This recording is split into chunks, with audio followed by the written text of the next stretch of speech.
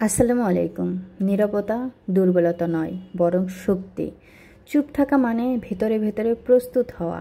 কৃষক যেমন বীজ রোপণের পর প্রতিদিন হাটে গিয়ে ঘোষণা করে না, তেমনি বুদ্ধিমান মানুষও নিজের স্বপ্ন গোপন রাখে।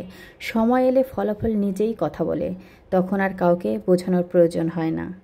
আপনার ভাগ্যে যা আছে, মহান রব্বুল আলামিনের লিখে রাখা পরিকল্পনা কেউ মুছে দিতে পারবে না। কিন্তু তাড়াহুড়ো করে বেশি মুখ খোলার কারণে আপনি নিজের জন্য অযথা বাধা তৈরি করতে পারেন। তাই বিশ্বাস রাখুন, ধৈর্য ধরুন, পরিশ্রম করুন এবং যতটা সম্ভব মুখ বন্ধ রাখুন। মনে রাখবেন, স্বপ্নকে আগেভাগে প্রকাশ করা মানে তাকে দুর্বল করে ফেলা। হিংসা, ঈর্ষা আর বদনজর সত্যিই আপনার সাফল্যকে ধ্বংস করতে পারে।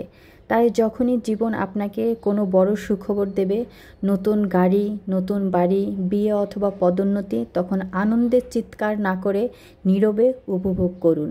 সময় এলে আপনার সাফল্যই পুরো পৃথিবীকে জানিয়ে দেবে আপনি কি করছেন। জীবনের বড় বড় মুহূর্তে আমাদের মনে হয় প্রিয়জন বা বন্ধুদের জানালে খুশি হবে। মনে হয় সুখ ভাগ করলে দ্বিগুণ হয়, কিন্তু সত্যি বলতে কি সবসময় তা হয় না। বরং অতি তাড়াতাড়ি মুখ খোলাই হয়ে দাঁড়ায় সবচেয়ে বড় ভুল। আমাদের স্বপ্ন আসলে এক একটা বীজ। এই বীজকে মাটিতে রোপণ করার পর যত্ন চাই, সুরক্ষা চাই।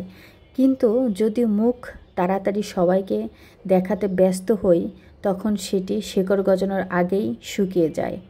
যত বেশি স্বপ্ন শেয়ার করবেন, তত বেশি হিংসা, ঈর্ষা আর বদনজরের চোখ আপনার দিকে পড়বে। আর এটাই অনেক সময় আপনার সাফল্যের সাথে অদৃশ্য দেয়াল হয়ে দাঁড়াবে। আমরা যাদের বন্ধু বলে বিশ্বাস করি, তাদের সবাই আন্তরিক নয়। কেউ কেউ চায় আপনি ভালো থাকুন, কিন্তু কখনোই তাদের চেয়ে ভালো নয়। তাই তারা হাসি মুখে অভিনন্দন জানালেও মনে মনে আপনার ব্যর্থতা কামনা করতে পারে। এটা তিক্ত হলেও চরম সত্যি, এবং সত্যি সত্যি সত্যি। আমরা ভেবে নেই অন্তত পরিবার তো আমাদের সবচেয়ে নিরাপদ জায়গা, কিন্তু বাস্তবতা হলো পরিবারের ভেতরেও সূক্ষ্ম হিংসা থাকতে পারে। ভাই, বোন, আত্মীয় কেউ কেউ চাইতে পারে যে আপনি তাদের ছাড়িয়ে না যান। এই গোপন প্রতিযোগিতা অনেক সময় আপনার আনন্দকে নিঃশব্দে বিষিয়ে দিতে পারে। অনেকে বলে বদনজর শুধু কুসংস্কার, কিন্তু না, অভিজ্ঞতা বলে অন্য কথা। মানুষ যখন আপনার উন্নতি দেখে ঈর্ষায় পুড়ে যায়, তখন সেই নেতিবাচক অ্যালার্জি আপনার জীবনে প্রভাব ফেলতে পারে। সনাতন হিন্দু ধর্ম, ইসলাম ধর্ম ও অন্যান্য প্রায় সব ধর্মেই বদনজরের উল্লেখ রয়েছে। অর্থাৎ এটা কোনো কাল্পনিক ভয় নয়, এটা বাস্তব। বদনজর সত্যি। তাই নিজেকে সুরক্ষা রাখতে এগুলো থেকে এড়িয়ে চলুন।